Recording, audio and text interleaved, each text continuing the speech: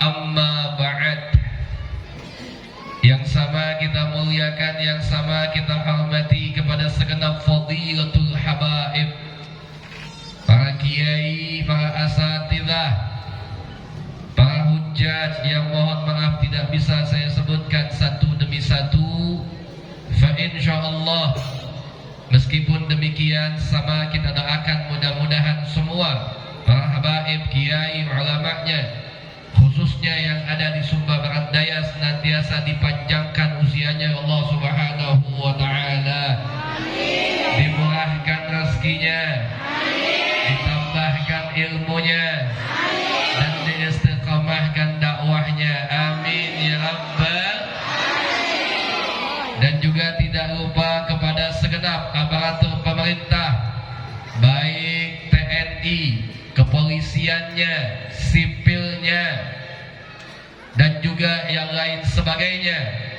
Otoritas bandara juga tidak ketinggalan, dan semua yang sudah sangat membantu sehingga terwujudnya acara kita pada malam ini. Sama kita doakan mudah-mudahan jerih payah beliau semua senantiasa dibalas Allah Subhanahu wa ta'ala. Kepada segenap takmir masjid Sayyid Sulaiman yang sudah mengerahkan tenaga, pikiran, harta, dan yang lainnya, mudah-mudahan apa yang beliau infakkan dibalas Allah dengan pahala yang berlipat ganda. Wabil khusus kepada semua jamaah yang hadir, yang pada malam ini insyaallah senantiasa kita semua dirahmati Allah Subhanahu wa ta'ala.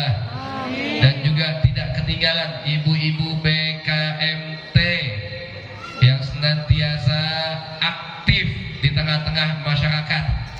Mudah-mudahan beliau senantiasa juga diberikan keistiqamahan.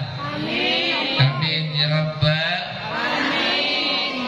Wabil khusus kepada semua jamaah yang hadir, baik kaum bapak dan juga kaum ibunya, serta adik-adik kami tercinta, yang insyaallah mudah-mudahan pada malam ini kita semua sama dirahmati Allah Subhanahu wa ta'ala.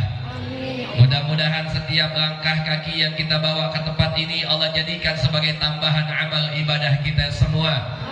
Mudah-mudahan selesai majelis maulid ini Allah hapuskan dosa kita, dosa kedua orang tua kita, dosa para habaib, kiai, dan ulama kita. Dan mudah-mudahan suatu saat nanti Allah wafatkan kita dalam keadaan husnul khatimah. Mudah-mudahan yang masih punya kesusahan dalam hidupnya Allah angkat susahnya, yang sakit Allah sembuhkan, yang belum punya anak Allah titipkan amanah berupa anak kepadanya, yang masih punya utang Allah lunasin utangnya, yang belum punya jodoh Allah temukan jodohnya. Nenek jangan amin. Nenek jodoh masih amin aja. Mau ngapain? Ketimbang nenek jodoh pakai amin. Maksudnya buat anak dan cucunya. Amin ya rabbal. Ibadallah, puja dan puji kita tujukan kepada Allah. Salawat dan salam senantiasa kita curahkan kepada Muhammad sallallahu alaihi wasallam. Allahumma shalli alaihi. Yang mudah-mudahan dengan kecintaan kita, dengan ibadah yang kita contoh, dengan maulid Nabi yang kita buat pada malam ini, kita minta kepada Allah agar suatu saat nanti kita semua bisa bertemu dan berkumpul bersama dengan Nabi kita Muhammad. Dan mudah-mudahan ya Allah izinkan kepada kami semua yang hadir pada malam ini, tanpa terkecuali minimal satu kali dalam hidup kami sebelum kami semua kembali menghadap kepadamu, agar kami semua yang hadir bisa berziarah ke makam Nabi kami Muhammad. Pengen bu? Pengen. Mau? Punya duit? Enggak. Sedikit juga. Ada. Ibadallah, tadi sudah dijelaskan oleh Ustadz kita, baik dari ketua takmirnya, kemudian juga ketua panitianya, sambutan demi sambutan sambutan. Saya memang datang ke Sumba ini meninggalkan beberapa acara yang ada di Jakarta. Kenapa saya mau ke sini? Karena pertama, di Jakarta itu penduduknya paling banyak umat Islam. Jadi kalau bikin acara kayak begini itu sudah biasa. Tetapi mengingat kita semua di sini saat ini jumlahnya adalah minoritas, tapi masih tetap bersemangat untuk memberikan yang terbaik atas cinta kita kepada Nabi Muhammad, maka saya merasa lebih terpanggil untuk datang ke Sumba Barat Daya. Cuma tadi kata ketua takmir kalau bisa setiap bulan datang ke sini. Saya mikir panjang habis itu. Ya minimal kalau setiap bulan saya harus ke sini, saya punya KTP di sini jangan-jangan. Kalau punya KTP, saya mesti punya teman juga di sini. Diam. Seneng amat. Apalagi tadi sambutan dari Ustaz Daud. Beliau ini kalau sambutan percis kayak aktivis modelnya. Semangatnya luar biasa. Tapi beliau cerita sama saya, beliau memang dulu Jawa Timur sebagai aktivis modelnya. Mudah-mudahan apa yang beliau sampaikan menjadi penyemangat untuk semua umat Islam yang ada di Sumba khususnya, untuk senantiasa bisa menjaga persatuan. Amin ya Rabbal. Sebelum saya sampaikan apa yang diamanahkan kepada saya daripada panitia, saya waktu datang ke sini jamaah sudah mulai ada. Saya duduk di depan, saya nggak perhatikan jamaah ke belakang. Tapi begitu saya naik di bangku ini, kok sepanjang mata saya memandang kebanyakan perempuan yang ada di sini. Ini Sumba atau kampung janda model? Ada janda, ada di sini. Ada janda, sini ada janda. Ada janda, ada janda. Kawin, diam aja.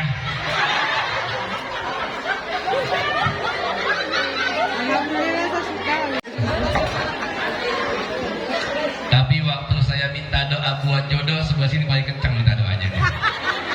Ini jomblo semua, jangan-jangan.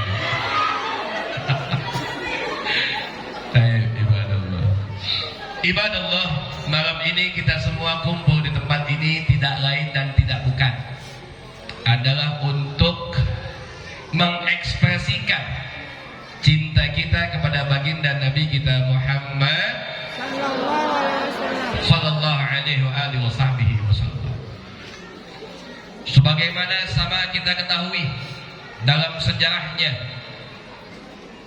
bukan cuma di zaman Nabi Muhammad, bukan cuma di zaman kita, bahkan sampai dengan akhir zaman nanti, tidak ada manusia yang paling sempurna kecuali baginda Nabi kita Muhammad. Beliau adalah al-insanul gamil, basyarun la kal basyar, manusia tapi nggak sama dengan manusia.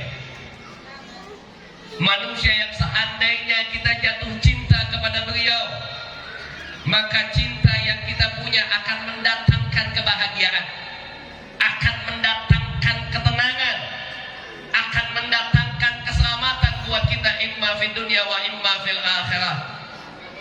Dan salah satu sebab kita cinta kepada Nabi Muhammad, dikarenakan Nabi Muhammad jauh lebih dulu cinta kepada kita sebagai umatnya. Saya belum pernah menemukan satu sosok pemimpin, dan insya Allah tidak akan pernah menemukan, yang sepanjang hidupnya tidak ada yang beliau pentingkan kecuali umatnya, kecuali baginda Nabi kita Muhammad alaihi salatu wassalam. Di saat beliau bertemu dengan zatnya Allah, ketika beliau diangkat sama Allah, terjadi satu buah percakapan. Apa yang disampaikan oleh Nabi Muhammad kepada Allah? At-tahiyatul mubarakatul salawatut thayyibatul lillah. Nabi ucapkan salam kepada Allah, dijawab salamnya Nabi kepada Allah. Apa kata Allah? Assalamualaikum ayuhan nabi wa rahmatullahi wa barakatuh. Kemudian Nabi kembali menjawab salamnya Allah. Dan di jawaban Nabi ini sudah mencerminkan betapa beliau mencintai umatnya. Di hadapan Allah, tempat yang paling tinggi, bertemu dengan zatnya Allah yang maha mulia.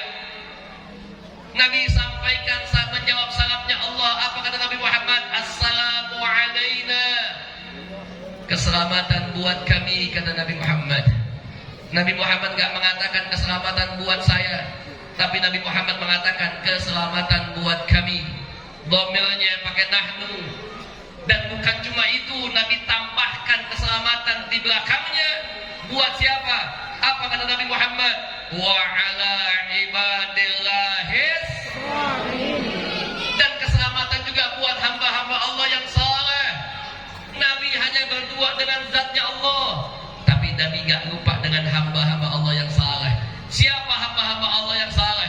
Bukan cuma yang ada di zaman Nabi, termasuk kita semua. Seandainya kita ada di dalam golongan hamba Allah yang saleh, artinya saat itu nama-nama kita yang disebutkan di hadapan Allah Subhanahu wa ta'ala. Betapa baiknya Nabi kepada kita semua. Jadi sudah sepantasnya kita bikin kayak begini adalah bentuk cinta kita kepada baginda Nabi kita Muhammad sallallahu alaihi wasallam. Makanya ketika saya diminta, Habib tanggal berapa Habib bisa ke Sumba? Saya jawab, mungkin Ustaz pertengahan Oktober saya baru bisa. Karena saat itu tanggal yang mungkin agak mulai ke Sumba. Kemudian kata panitia sini bilang, Habib jangan Oktober dong, kenapa maulidnya udah kejauhan. Kalau bisa masih di bulan September. Walhasil saya utak-atik jadwal, mau tidak mau ada beberapa jadwal yang saya tinggalkan. Saya kasih tanggal 23 sampai dengan tanggal 26. Bu. Ya. Sekarang tanggal berapa? 23. Tanggal berapa? 23. Saya mau tanya, antara ibu dengan tanggal 23 bedanya apa? Jawab, jangan bengong doang, jawab. Kalau tanggal 23 itu ada duanya, kalau ibu nggak ada duanya.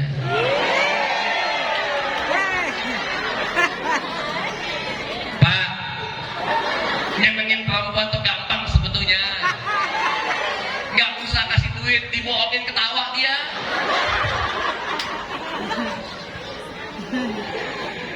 Tapi ibu-ibu tuh Masya Allah ya Bu ya.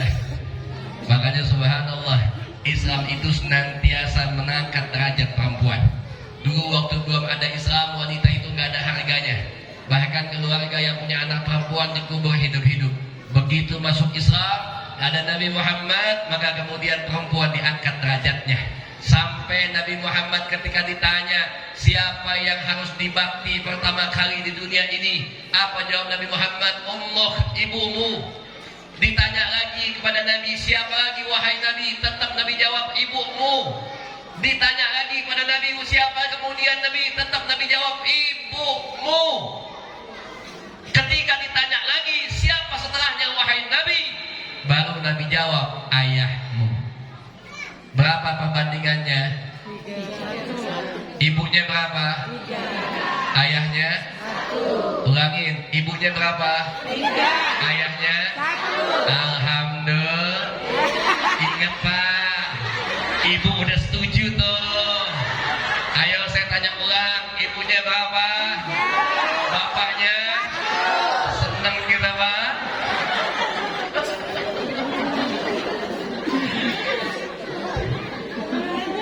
Kalau ibu-ibu, ibunya 3, bapaknya 1, itu pikirannya tentang bakti.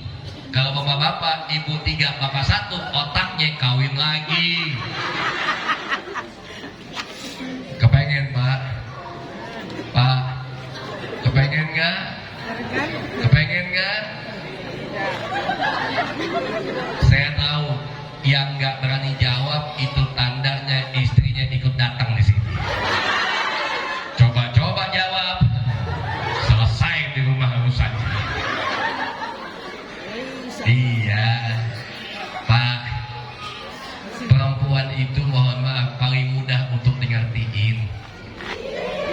Diam. Dia belum nikah nyaut aja. Perempuan tuh paling gampang buat ngertiin. Satu, Pak, kalau bapak mau di rumah tangga anteng, bapak mau ngertiin istri, pegang pedoman satu. Apa pedomannya? Istri nggak pernah salah. Betul? Kalau bapak salah yang minta maaf siapa? Kalau istri salah yang minta maaf siapa? Apes itu kamu. Beneran, Pak? Enggak, istri nggak pernah salah, betul? Oh, ada perempuan katanya bawel, perempuan nggak bawel, yang ada bapaknya nggak sabaran. Betul? Ada perempuan mata duitan, nggak ada perempuan mata duitan, yang ada suaminya pelit.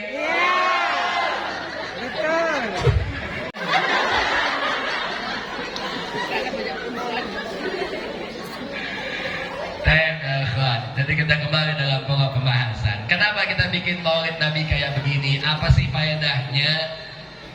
Ini kita punya Nabi sudah kembali menghadap kepada Allah 14-15 abad tahun yang lalu. Tapi subhanallah, tidak ada satu nama manusia yang seandainya tidak kita sebut kemudian mendapatkan dosa kecuali nama baginda Nabi kita Muhammad. Ibu nggak nyebut nama saya, ibu nggak dosa. Ibu nggak nyebut nama suami juga, ibu nggak dosa. Awas, kalau ngomongin akhlak, ngomongin adab, yang namanya istri kudu paham kunci surganya ada di.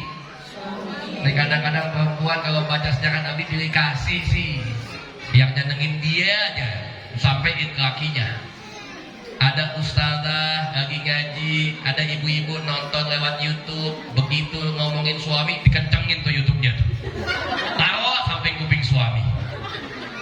Iya.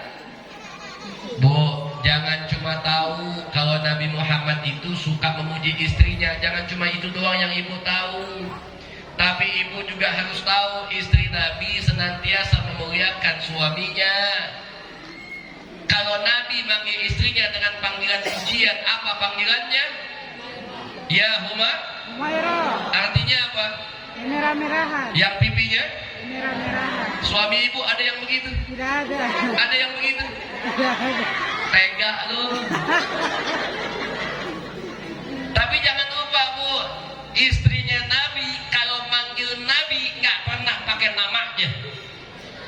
Istri Nabi kalau manggil Nabi yang dibawa adalah pangkat kehormatannya. Ya ayyuhan nabiyyu, wahai nabinya Allah, wahai kekasihnya Allah, wahai utusan Allah.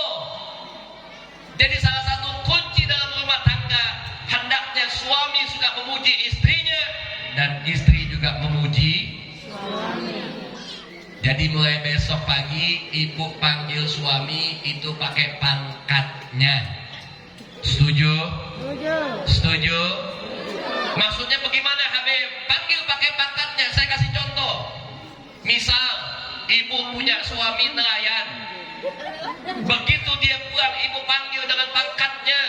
Sambut dengan senyuman.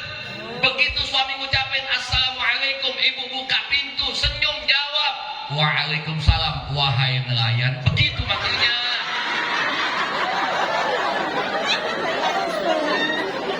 Kalau ibu manggil kayak begitu, insya Allah suami ibu ngomong dalam hati, istri gua PA.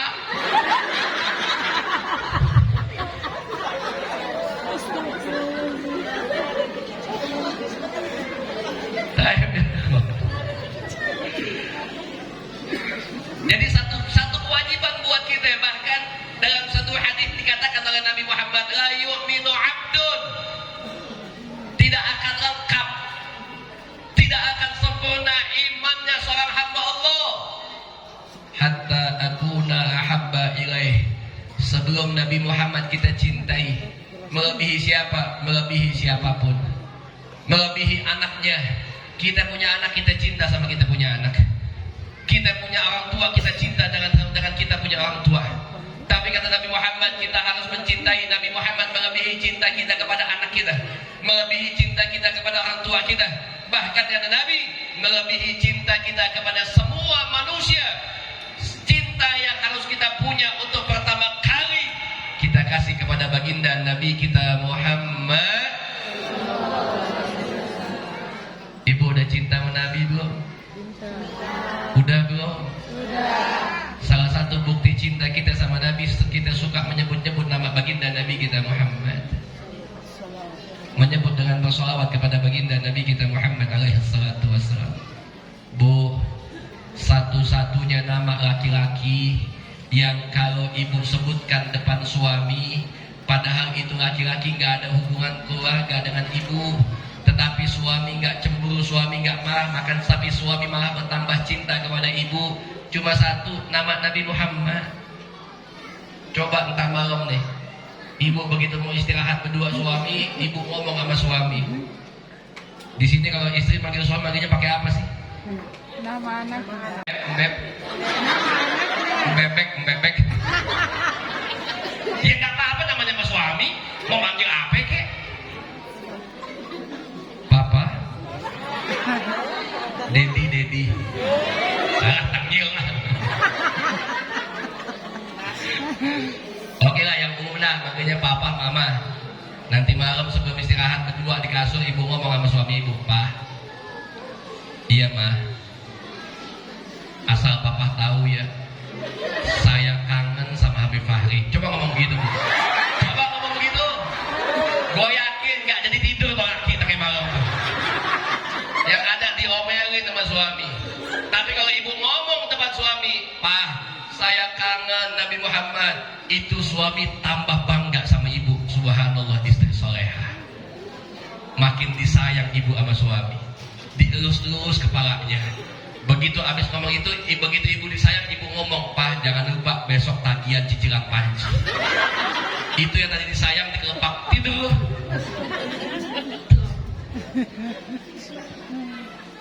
Bahkan mohon maaf kalau kita nggak sebut nama Nabi dosa. Habib, kenapa dosa? Emang pada sholawat wajib? Karena kalau kita dalam satu hari nggak sebut nama Nabi, itu artinya sudah ada salat yang kita tinggalkan. Karena nama Nabi disebutkan dalam bacaan salat kita. Kapan kita baca? Dalam tahiyat kita baca, betul? Kalau kita nggak baca tahiyat dengan Nabi Muhammad, kita nggak baca sholawat dalam salat kita, maka saat itu menunjukkan kita sudah meninggalkan salat kita. Ya Bu ya, Bu, salat ya. Ibu-ibu salat nggak? Saya kadang-kadang suka sedih, umat Islam tuh kalau sholat gampang banget buat ditinggalin. Ibu-ibu cuma karena ngegosip akhirnya nggak sholat.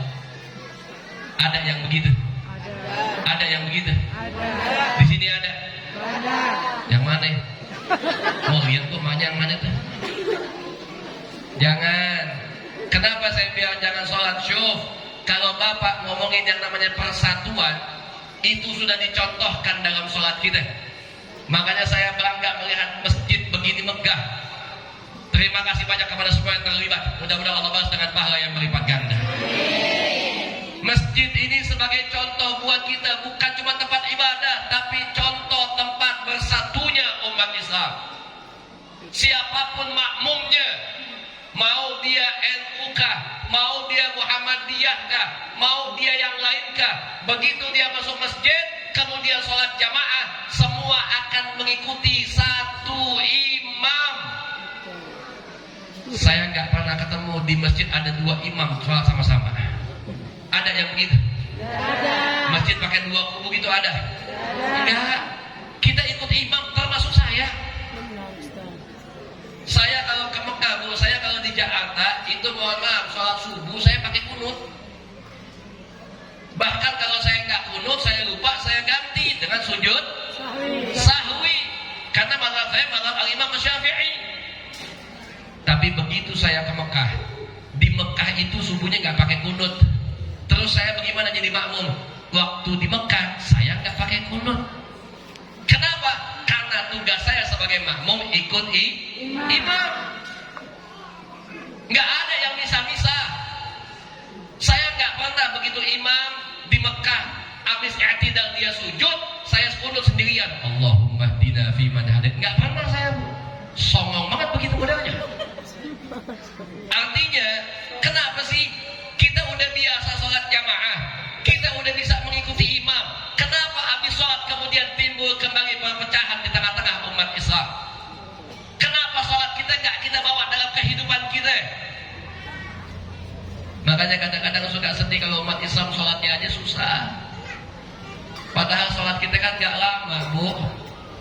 Bu, Ibu pernah sholat subuh sampai setengah jam pernah? Pernah? Kita jangankan sholat subuh setengah jam, taraweh aja nggak betah. Di Sumba taraweh 11 apa 23? 23. Hah? 23. Tayyib kita ngaji sebentar. Kalau ditanya mana yang benar, taraweh 23 atau 11 yang benar? Dua-duanya sama benar. 23 apa 11? Dua-duanya. Dua-duanya betul. Yang mau 23 silahkan, yang 11 silahkan. Yang nggak taraweh nggak dosa. Hukumnya sunnah. Tapi kalau saya tanya mana lebih enak, 23 apa 11? Oh, jawab no. Ayo jawab.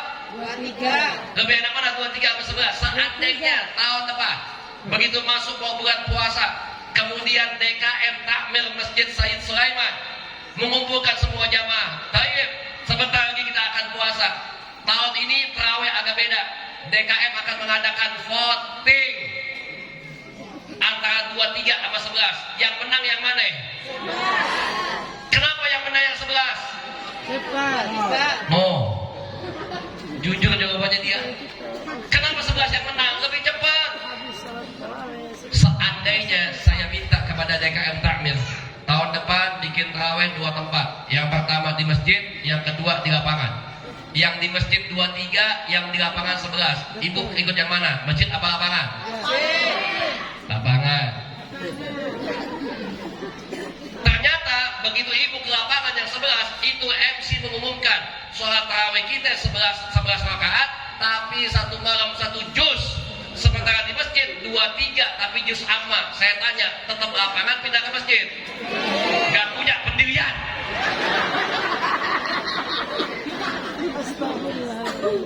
Kenapa begitu? Satu sebabnya, kita kalau ibadah pengen cepat selesai. Makanya kalau di masjid ada imam yang bacaannya lama, apa yang diperbuat makmum? Itu imam diingetin. Imam baca Fatihah, ya Allah jangankan Fatihah, bismillahnya aja panjang. Bismillahirrahmanirrahim. Makmum deg-degan. Gue tandain nih imam nih. Besok dia di sini lagi, gue pindah masjid lain terus. Jangan. Kita semua di sini pengen ikut dengan baginda Nabi kita Muhammad. Habibuna al-A'zam Sayyidina Muhammad sallallahu alaihi wasallam. Beliau itu maksum. Allah hapuskan dosanya. Bukan Allah hapuskan, Allah jamin beliau gak punya dosa. Mohon maaf. Kenapa? Nabi gak pernah punya dosa sama Allah. Dijamin gak punya dosa. Liyaghfirallahu ma taqaddama min dzambika wa ma ta'akhkhar. Allah jamin gak punya dosa. Bahkan Allah siapkan surga buat Nabi Muhammad. Bahkan Allah kasih mandat Nabi Muhammad untuk memberikan syafaat nanti di yaumil qiyamah. Meskipun demikian, lihat ibadah kita punya Nabi. Sayyidatuna Aisyah, satu ketika beliau pernah bangkit dari tidurnya. Begitu beliau bangun, beliau gak ketemu dengan suaminya. Beliau cari suaminya. Begitu ketemu, Nabi Muhammad sedang dalam keadaan sujud di masjid. Ditanya sama Siti Aisyah, kenapa engkau gak istirahat wahai Nabi? Kita bisa ambil kesimpulannya ya ikhwan, Nabi Muhammad aja yang udah Allah ampuni dosanya, Allah jaga beliau daripada dosa, Allah siapkan surga beliau, tapi ibadahnya Masya Allah. Bagaimana kita yang gak punya jaminan? Kita jangankan yang sunnah, yang wajib aja susah. Kadang-kadang sholat duha jam 12, asar jam 3. Kalau belum jam 3 kurang 5 belum sholat kita. Ditunda-tunda sholatnya. Yuk sholat yuk, entar masih panjang. Akhirnya sholatnya mepet. Saking mepetnya itu antara sholat sama adzan berikutnya dempet, sehingga begitu dia sholat habis tahiyat assalamualaikum assalamualaikum itu langsung adzan berkumandang Allahu Akbar Allahu Akbar. Apa kata yang sholat? Subhanallah, waktu begitu cepat. Bukan waktunya cepat, lu nya gak punya otak. Jadi jangan tuh, artinya hidup kita ini kalau sholat kita terjaga insya Allah aman. Makanya umat Islam tuh mohon maaf, dia akan jadi manusia yang paling baik dimanapun dia berada. Sebab apa? Karena mohon maaf, sebab sholatnya. Apa kata Allah? Aqimis shalah, inna sholata tanha anil fahsyai. Makanya ngaca, kalau masih ada kelakuan kita yang gak baik, tingkah laku kita yang mohon maaf menurut syariat gak benar, mungkin sholat kita masih gak bagus. Kalau kita masih suka memfitnah orang lain, kita masih suka ngegosip. Pernah satu ketika Nabi Muhammad itu melewati 2 buah magam. Magam yang satu Nabi tancapkan pelepah korma di atasnya. Magam yang satu Nabi tancapkan juga pelepah korma di atasnya. Ketika ditanya, Nabi mencerita, apa kata beliau? Ini pelepah korma ditancapkan karena yang di dalam magam itu dalam keadaan disiksa sama Allah Subhanahu wa taala. Nabi Muhammad dengan izin Allah beliau bisa tahu dalam keadaan magam itu seperti apa. Jadi ketika ada yang disiksa, Nabi tahu. Kita nggak bisa tahu. Mungkin kalau kita tahu, nggak akan ada dosa yang kita buat sedikit pun. Makanya mohon maaf, kita itu kalau masuk ke pemakaman, ada pemakaman sini ada? Ada ya? Salah satu sunnah masuk pemakaman kita ngucapin apa? Assalamualaikum ya ahli kubur. Baik, kalau ibu ngaji sorofnya, ibu ngaji nau sorofnya, itu assalamualaikum diucapkan oleh kita untuk mereka yang ada di hadapan kita. Kayak saya nih, tadi saya ucap assalamualaikum. Kenapa begitu? Karena ibu bapak ada di hadapan saya. Satu ketika saya dapat salam, Habib dapat salam dari siapa? Dari takmir masjid Said Sulaiman. Beliaunya nggak ada sama saya. Saya ucapkan salam buat beliau, tapi saya nggak mengatakan assalamualaikum, enggak. Yang saya jawab assalamualaikum wa alaihis. Domirnya pakai huwa, karena yang saya ucapkan salam nggak ada depan saya. Begitu ibu masuk makam, yang ibu ucapkan adalah assalamualaikum. Mereka ada di situ semua. Tapi baiknya Allah, ketika dijawab kuping kita nggak dengar. Kebayang nggak? Begitu ibu masuk makam, ibu ucapkan assalamualaikum, kemudian dijawab sama semua sampai ke kuping kita. Kebayang nggak? Lari. Begitu ibu ucap assalamualaikum, dijawab tuh rame-rame tuh waalaikumsalam. Yang tadi mau numpang lewat jadi ikut masuk ke dalam, mati mendadak habis itu. Ya Bu ya, makanya Islam itu indah. Kalau cuma ngomongin salam, itu salah satu ibadah buat kita. Kenapa begitu? Karena salam itu isinya doa. Makanya dalam Islam mengucap salam hukumnya Wajib. sunnah. Gue udah kenceng salah lagi. Sunnah. Ngejawabnya wajib, tapi wajibnya tergantung situasi.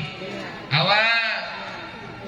Menjawab salam hukumnya wajib, bisa fardhu kifayah, bisa fardhu ain. Fardhu kifayah kalau salam diucapkan di hadapan orang banyak, kayak saya ucapin salam, ada ibu-ibu yang jawab, ada yang kagak. Yang nggak jawab nggak dosa. Kenapa? Karena hukumnya jadi fardhu kifayah. Tapi ketika ibu sendirian di rumah, nggak ada siapa-siapa, ada yang tok-tok pintu ngucapin salam, maka hukum menjawabnya jadi fardhu ain. Jadi fardhu ain, jadi wajib karena nggak ada siapa-siapa. Tapi ada juga salam yang kalau diucapkan depan kita, kita nggak boleh jawab. Kapan Habib? Kalau lagi sholat berjamaah, begitu Begitu imam selesai, imam ucapin assalamualaikum, bapak jangan pakai jawab waalaikumsalam imam, jangan, batal sholat tuh habis itu. Ya, baik ikhwan. Kenapa saya bilang begitu? Karena mohon maaf, dalam salam itu kita ngedoain assalamualaikum, keselamatan buat kalian. Dijawab kembali waalaikumsalam, keselamatan buat kalian. Ternyata ibadah Allah, salam itu bisa menjadi awal persatuannya umat Islam. Enggak bu, ibu kalau itu handphonenya bunyi angkat gak jadi masalah. Enggak apa-apa, angkat aja. Namanya lagi ceramah. Kadang-kadang jangankan ceramah bu, lagi sholat itu handphone suka ada yang bunyi tuh. Makanya biasanya MC suka ngingetin untuk tidak mengganggu jalannya sholat, mohon yang bawa handphone dimatikan. Betul? Betul? Salah? Dengerin baik-baik. Untuk tidak mengganggu sholat, mohon yang bawa handphone dimatikan. Kalau begitu yang mati handphonenya apa yang bawa? Handphonenya apa yang bawa? Tadi kenapa ibu bilang betul semua? Kalau itu betul, yang tadinya mau sholat isya, jadi sholat jenazah semuanya itu pada mati di belakang. Karena saya banyak alamin. Kalau lagi sholat, khususnya bapak-bapak nih pak, bapak kalau lagi sholat, lagi bawa handphone, handphone bapak bunyi, jangan didiemin, matiin. Kenapa? Mengganggu yang sebelahnya. Kalau cuma sekali, kalau 4 kali ditelepon, kalau cuma lagunya tangtung-tangtung doang, nah kalau dangdut, bagaimana loh? Apalagi lagunya lagu anak muda, begitu sholat ditelepon bunyi, itu telepon lagunya pakai lagu. Aku bisa jatuh cinta kepadaku meski nyanyi aja jago loh. Nyanyi aja bawaannya. Emak-emak nih nyanyi paling jago nih. Saya kalau lihat emak-emak gemes bawaannya. Serius, gemes pengen ngomel. Ngaji mah ngaji, dangdutan mah paling depan. Ada yang begitu? Jangan. Bo, punya suami nggak? Punya ya. Sayang nggak sama suami? Sayang sama suami bu? Alhamdulillah. Baik. Ibu pengen nggak suaminya bahagia? Kalau kebahagiaan suami dengan diizinkan poligami dikasih? Tidak. Jawab. Tidak. Nanya doang, nanya.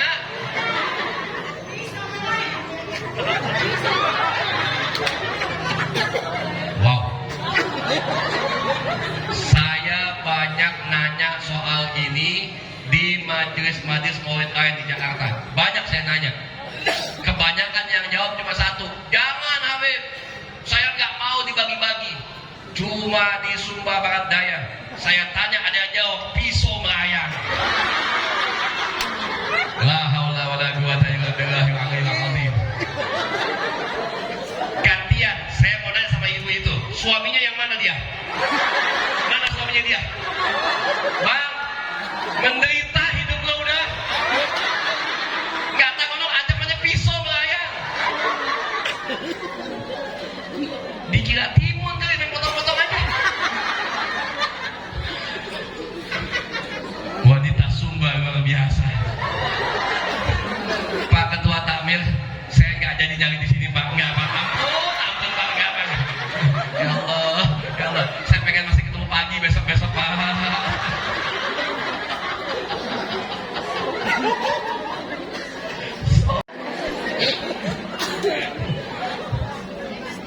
Sehat Pak Polisi.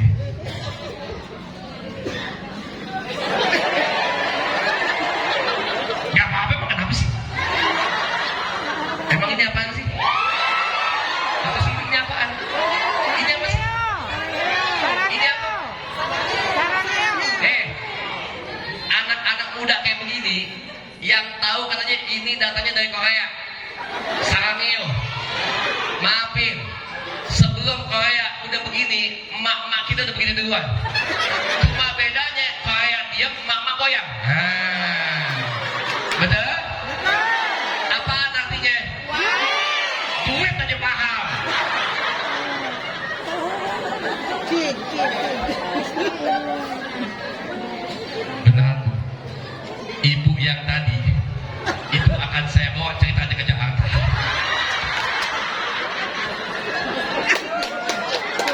Tapi nggak jadi. Takutnya begitu saya cerita, istri saya dengar. Penyakit juga buat saya itu nantinya. Iya.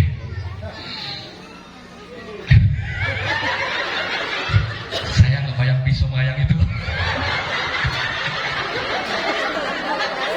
Nggak jadi.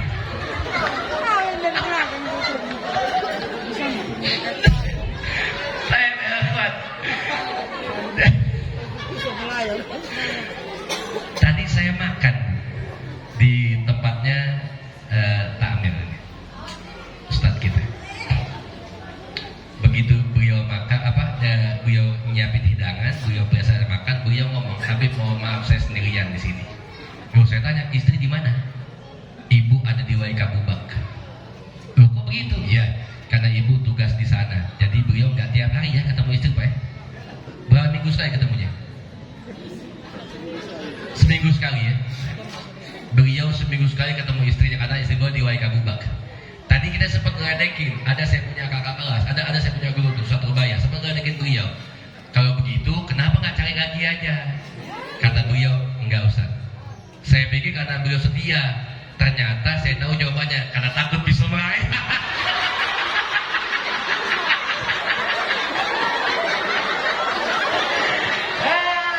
Ternyata ketua takmir kita suami solehan.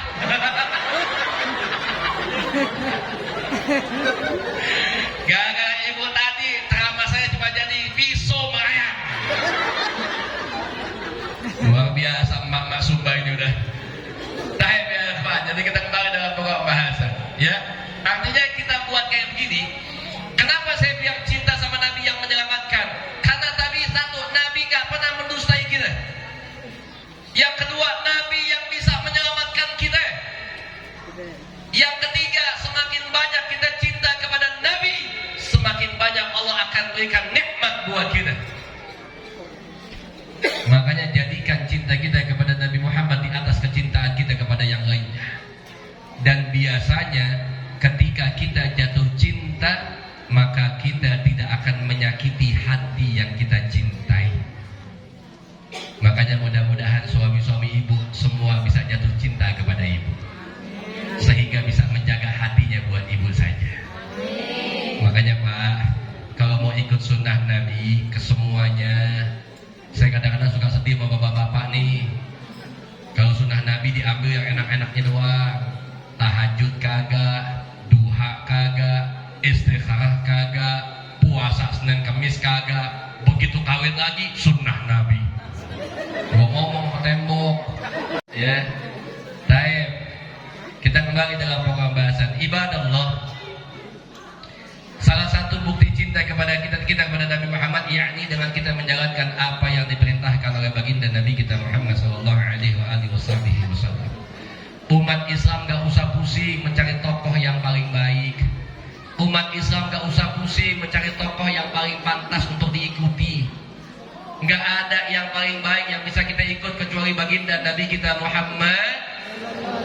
Gak ada. Ibu mau cinta dengan siapapun selain Nabi, itu gak akan bisa menjamin keselamatan kita, termasuk saya. Saya gak pernah bilang sama punya jamaah, ente ikut dengan anak, ente pasti masuk surga. Gak pernah saya ngomong kayak begitu. Jangankan saya menjamin saya punya jamaah, saya aja gak tahu bisa masuk apa enggak. Dosa saya banyak. Tadi dari Jakarta saya mau ke Sumba, dosa nambah. Lewat apa? Mata. Duduk di pesawat tempatnya bule. Jangan ketawa. Oh, saya lagi jalan, depan saya perempuan bule, mau tutup mata takut kesandung, nggak dilihat, kelihatan mubazir. Sejak kapan dosa jadi mubazir? Enak aja dulu. Ya Allah, makanya Bu, suami ibu itu mohon maaf kebanyakan dosanya dari mata. Kenapa saya tahu? Pengalaman pribadi. Iya. Mudah-mudahan di Sumba Barat Daya nggak ada, tapi kalau di Jakarta banyak. Banyak juga di Saya kadang-kadang kalau pergi bawa mobil nggak selamanya pakai sopir. Kadang-kadang saya bawa sendirian. Itu yang paling bahaya kalau saya bawa sendirian. Kalau di sopir masih enak Bu. Ada maksiat depan mata, tinggal tutup mata selesai. Kalau bawa mobil kan bingung. Lagi enak-enak bawa mobil sendirian, pakai peci kayak begini rapi, mau ngajar. Tiba-tiba di depan ada anak gadis 20 tahun pakai baju 12 tahun. Udah gitu naik motor, mending kalau Mio joknya lempeng ninja 2,5. Pas berhenti depan saya. Yang bingung siapa? Bukan dia, gue yang bingung. Dia mata menyala.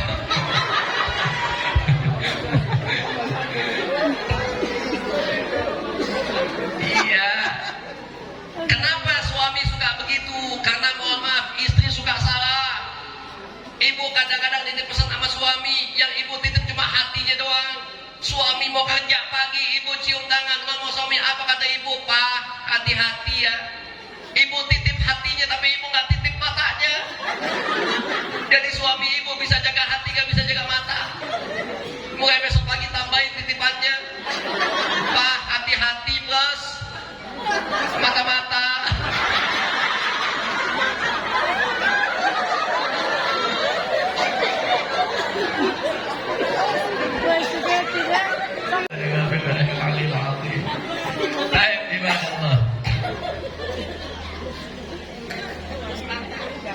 Jadi dengan kita bikin maulid Nabi ini, tadi saya ambil kutip tuh sedikit sahabat Nabi sambutan. Nggak ada alasan buat kita kan bersatu. Nabi Muhammad itu bukan cuma contoh dalam ibadah, tapi contoh dalam segala hal, termasuk dalam persatuan. Salah satu yang membuat dakwahnya Nabi Muhammad berhasil, makanya buat kita di umat Islam, baik yang di Sumba ataupun dimanapun, kita punya kewajiban yakni mencintai Indonesia dengan sebenar-benarnya cinta. Makanya ada kaidah di Indonesia mengatakan hubbul watan minal iman. Cinta ke bagian negeri sebagian adalah bagian daripada iman. Kenapa begitu? Karena Nabi Muhammad mencintai tanah airnya. Nabi Muhammad cinta dengan kota Mekah. Bahkan kata Nabi Muhammad, laula anna qaumi akhrajuni minki. Seandainya kata Nabi, kalau umatku tidak mengusir aku daripada engkau, maka Nabi nggak akan pernah pindah daripada Mekah. Kita juga begitu. Kita cintai Indonesia. Bagaimana mencintainya? Dengan menjaga persatuan yang ada di dalamnya. Singkat cerita, ketika Nabi lewati dari dua makam tersebut, kata Nabi Muhammad yang di makam sedang disiksa. Yang pertama kata Nabi Muhammad, itu dia suka mengadu domba. Umumnya kalau ngadu domba itu kerjaannya perempuan. Perempuan kalau udah nggak demen sama siapapun, jahatnya luar biasa. Gue jangan berteman sama anaknya si Midun ya. Gue nggak demen sama emaknya. Dia punya salah sama gue. 7 turunan, 7 tanjakan, 7 belokan, gue nggak maafin tuh. Tuh perempuan tuh. Hebatnya perempuan Pak. Dia bisa lupa naruh kunci rumah di mana. Padahal belum lama yang nyimpen dia, tapi dia lupa. Tapi hebatnya perempuan, dia tetap ingat dosa suaminya 5 tahun yang lalu. Betul? Apa? ahli sejarah.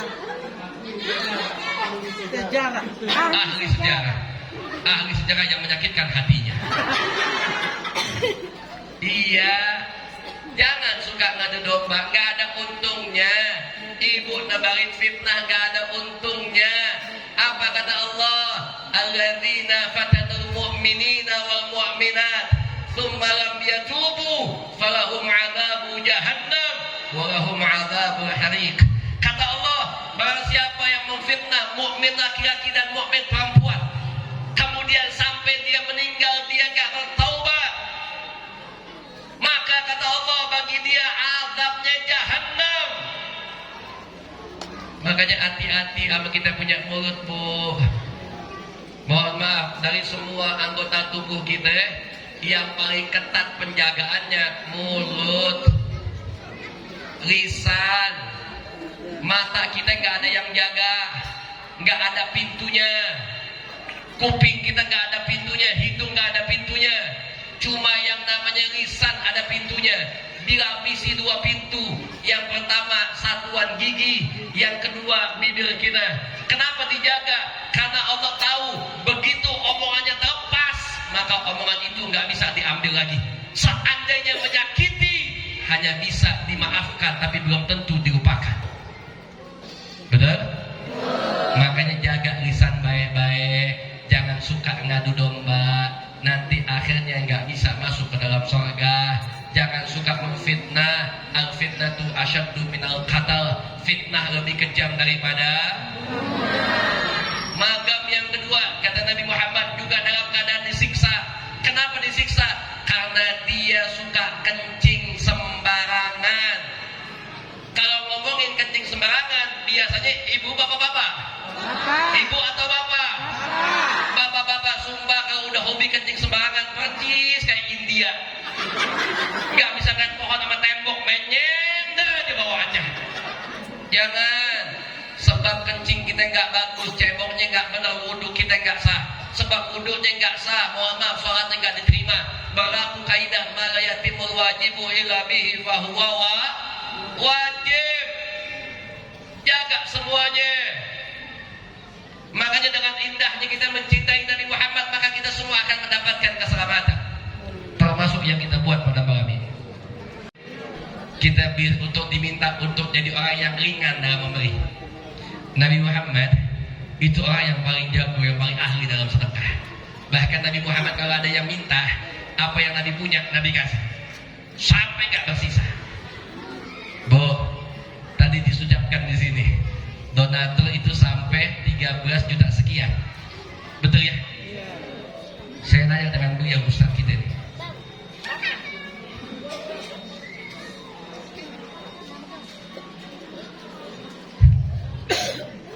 Nggak apa-apa. Itu pelajaran buat kita. Kucing aja doyan ngaji, masa lo kagak? Ya, tadi saya tanya dengan beliau, berapa UMR di Sumba Barat Daya? Kata beliau 1,6. Betul ya Pak? 1650 ya. 1650, tapi kalau yang disampaikan panitia tadi, bahkan sampai ada yang nyumbang itu melebihi daripada UMR-nya. Betul? Artinya, kenapa bisa kayak begitu?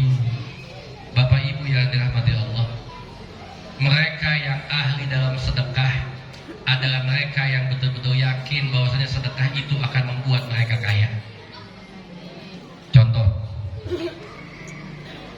misal saya punya uang 1 juta, kemudian saya bantu masjid 600.000, uang saya tinggal berapa?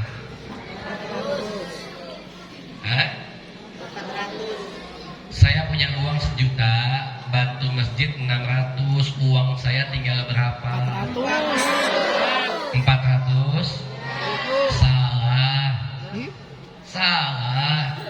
Saya punya uang 1 juta, bantu masjid 600, uang saya tinggal 600. Kenapa tinggal 600? Karena yang udah saya kasih buat masjid nggak bisa diganggu oleh siapapun, nggak bisa diminta oleh siapapun, nggak bisa diambil oleh siapapun. Sisanya 400 belum tentu jadi punya saya. Begitu saya pulang dari masjid, istri telepon, "Kak, lagi di mana?" "Lagi di jalan, mau pulang." "Lewat mandi ini makan nggak?" "Lewat." "Nitip makanan ya." 400 buat beli makan buat istri. Anak telepon, "Walid di mana?" "Lagi di mall." "Beliin dong makanan mainan." Sisanya buat beli mainan.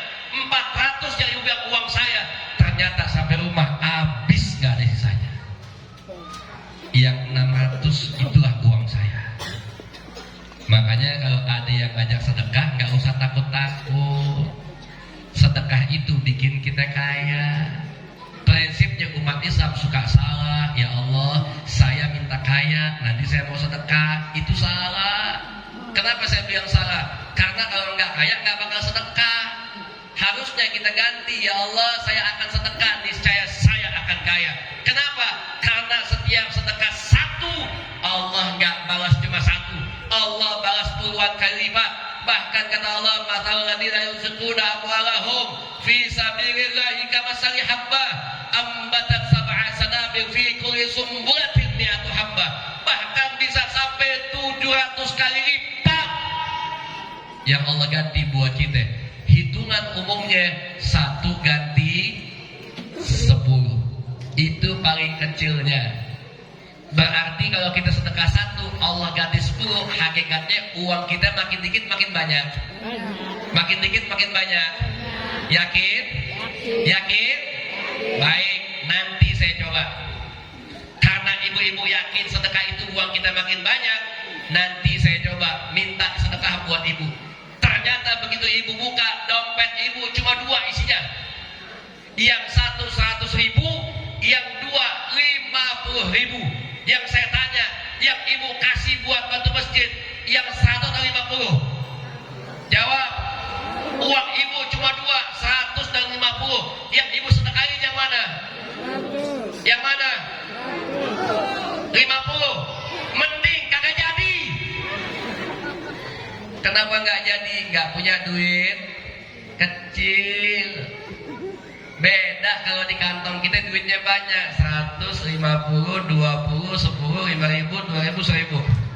Buat masjid yang mana? 1.000-nya ada 3. Yang 1 masih licin, yang 1 lecek bekas kembalian, yang 1 ada buntungnya. Yang buat masjid yang mana? Udah buntung niatnya, Masya Allah. Ya Allah, mudah-mudahan dengan 1.000 ini surga saya paling depan. Malaikat yang bingung, surga mana 1.000? Jangan kasih sedekah biar banyak sama Allah. Allah ganti. Ya, makanya dengan kita banyak sedekah, insya Allah Allah kabulkan niat kita. Sedekah dan bala. Sedekah itu bisa tolak daripada rezeki, daripada musibah yang akan menimpa kepada kita semua. Makanya dengan momentum Maulid Nabi yang kita buat pada malam ini, sampai jam berapa malam ini, Bu? Saya tamu.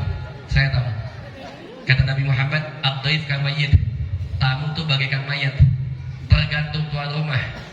Saya udah ceramah 1 jam nih. Saya ceramah 1 jam. Saya sarankan kepada ibu-ibu, Pak jangan ngomong Pak, diam Pak. Buat Allah biasa begadang, diam aja udah. Nih mak mana ya Bu? Sekarang jam 10 seperempat. Mau tutup jam berapa ceramah saya? 11. Udah apa lanjut? Lanjut. Baik, kita voting sampai jam berapa? 11. Sampai jam 1? Apa jam 1? Baik, sekarang jam 10 saya ceramah 1 jam. Berarti jam 11 2 jam, jam 12 3 jam, jam 1 4 jam. Jadi malam ini saya ceramah 4 jam. Tolong panitia siapin ambulan di depan. Kalau gila 4 jam, kalau gila kau yang kulit berbagi. Situ mah enak, cuma kakak cekik, tahu aja bawahnya. Kan sini yang bingung. Situ mah enak, panasan bisa ngipas, capek bisa manjangin kaki, lapar bisa makan. Saya bagaimana? Tadi saya mengucap panitia tuh, panitia makasih banyak dibawain bunga, meskipun semua ini cuma basa-basi doang. Pokoknya kalau saya ceramah dikasih buah di panggung, itu basa-basi. Kenapa? Ini buah nggak bakal dimakan sama saya. Nggak mungkin saya ceramah buka pisang makan, nggak mungkin. Panitia nggak punya pengertian tuh. Kasih di bawah, kasih di sini.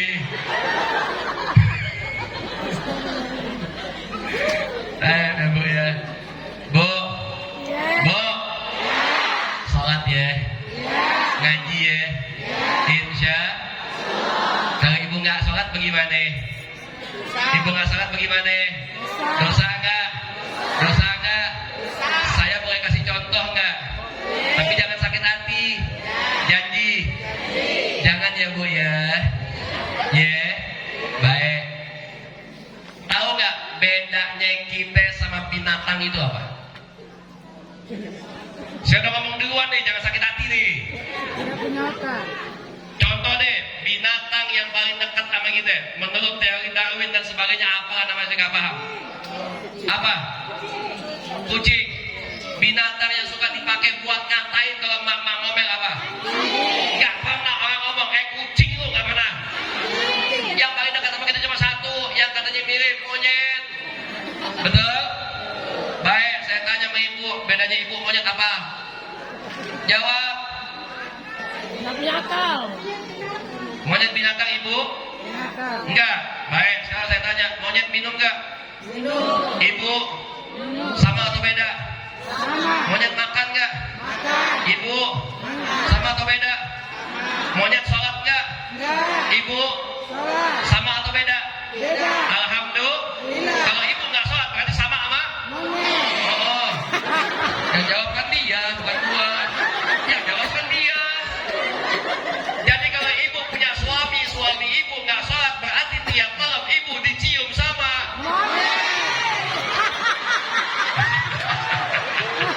saya udah ngomong di awal, jangan pakai sakit hati. Kalau bapak punya istri, istrinya nggak sholat, berarti bapak tiap hari kasih duit belanja sama. Bapak ibu punya anak, anaknya nggak sholat, berarti bapak ibu tiap hari kasih makan.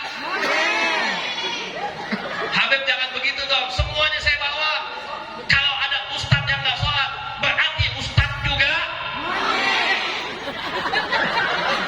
Jawabnya standar biasa aja. Cuma mulut, kepala langsung tunjuk ke sini.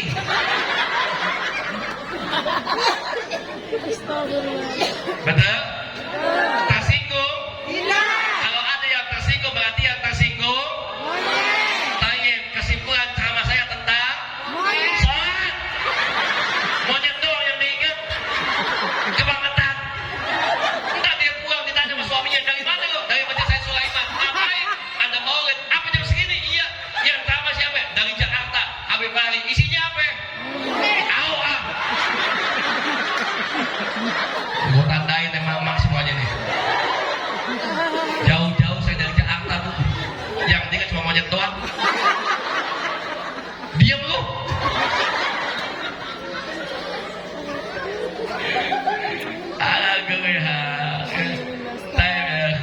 Ya, jadi tugas kita itu, ayo, karena kita tahu semua itu ada dalam diri Nabi Muhammad.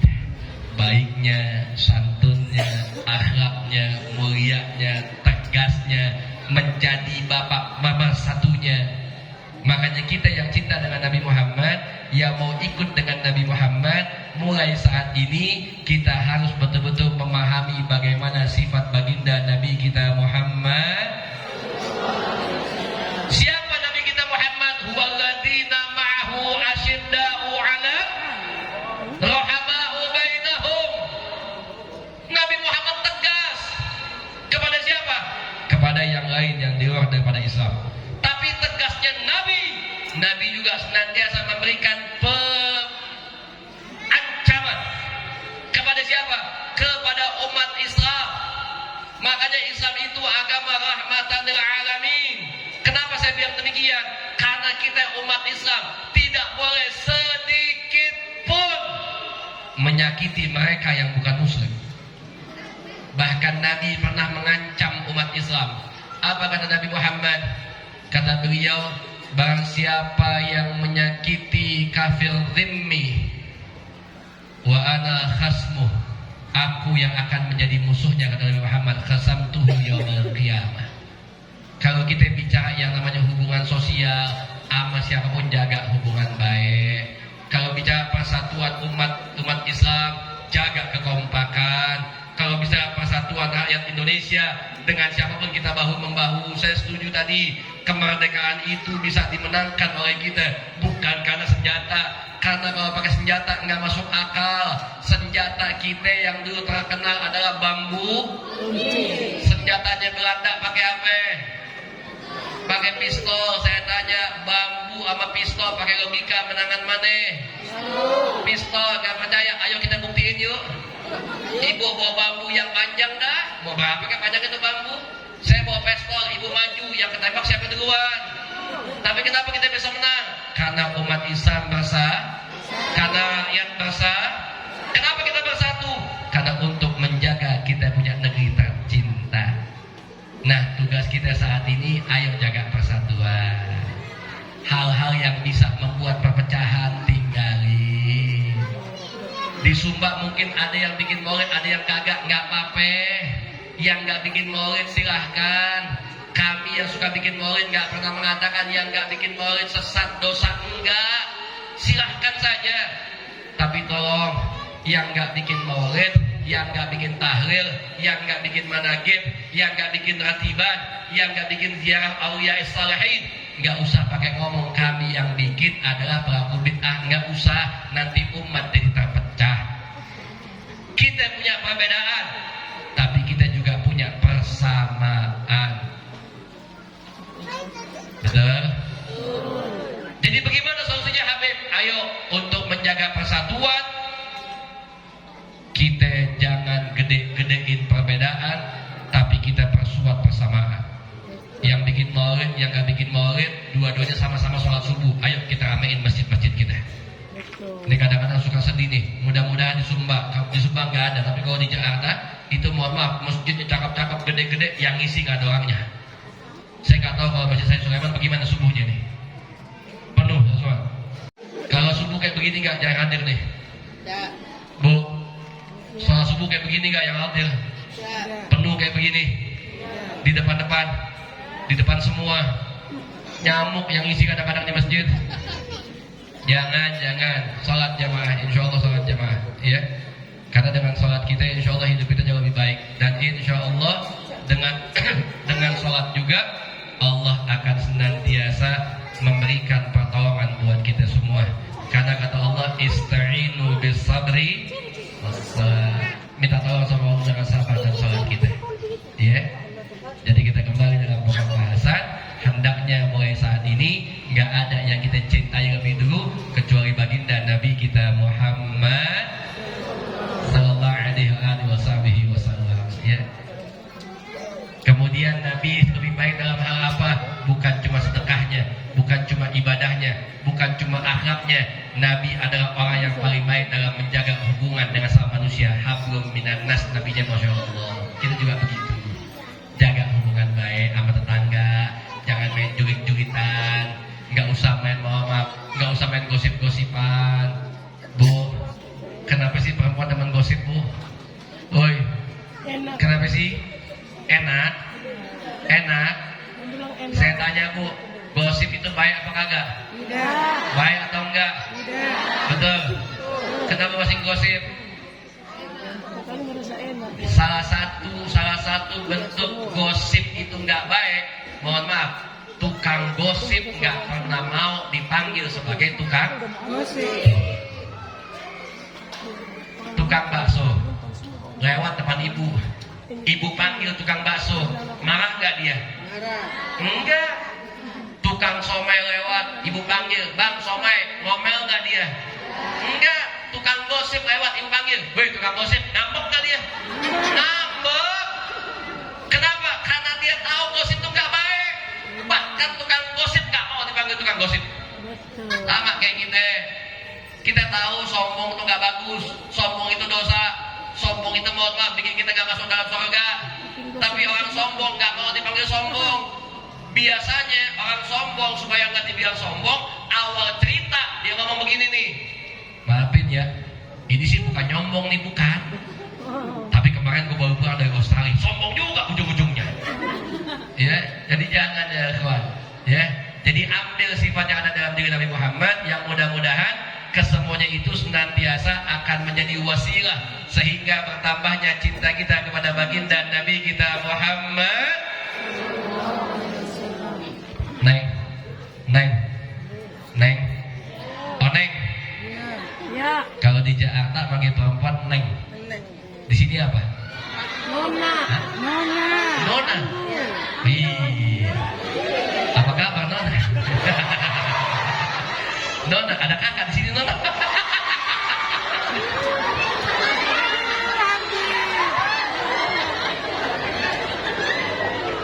Gak jadi Nona. Kakak takut bisa melayang.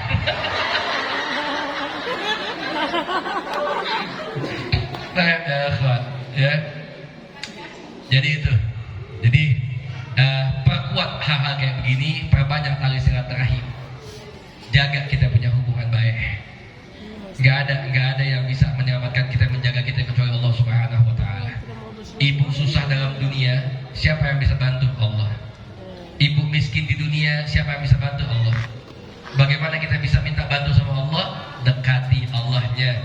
Bagaimana kita mendekat kepada Allah? Dengan mencontoh kepada baginda Nabi kita Muhammad sallallahu alaihi wasallam. Taib, mudah-mudahan dengan kita hadir di tempat ini senantiasa Allah terima niat-niat kita semua.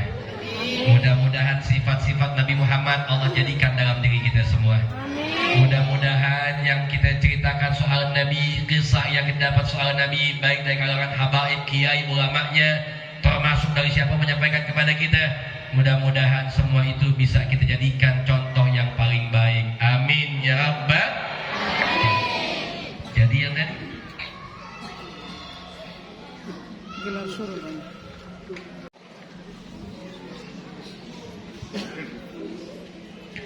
Ketua panitia ngomong sama saya, Habib, nanti selesai ceramah ada janda yang mau ketemu sama Habib. Tapi jandanya bawa pisau katanya Habib.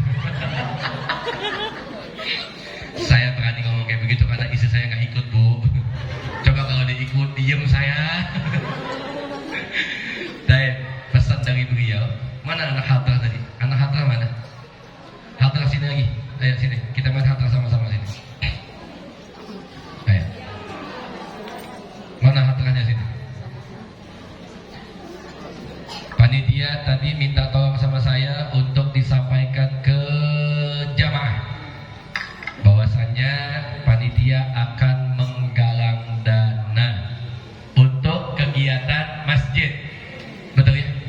Kegiatan masjid Said Sulaiman. Bu, tadi kita ngomongin sedekah. Dengan sedekah rezeki kita bertambah. Dengan sedekah Allah lipat gandakan. Al ilmu bila amal kasyajar bila sama. Ilmu tanpa amal bagaikan pohon tanpa buah. Begitu kita ngomongin sedekah, malam ini panitia minta kita untuk membuktikan ilmu kita semua. Bagaimana buktinya? Praktek. Panitia minta bukan buat panitia, buat masjid.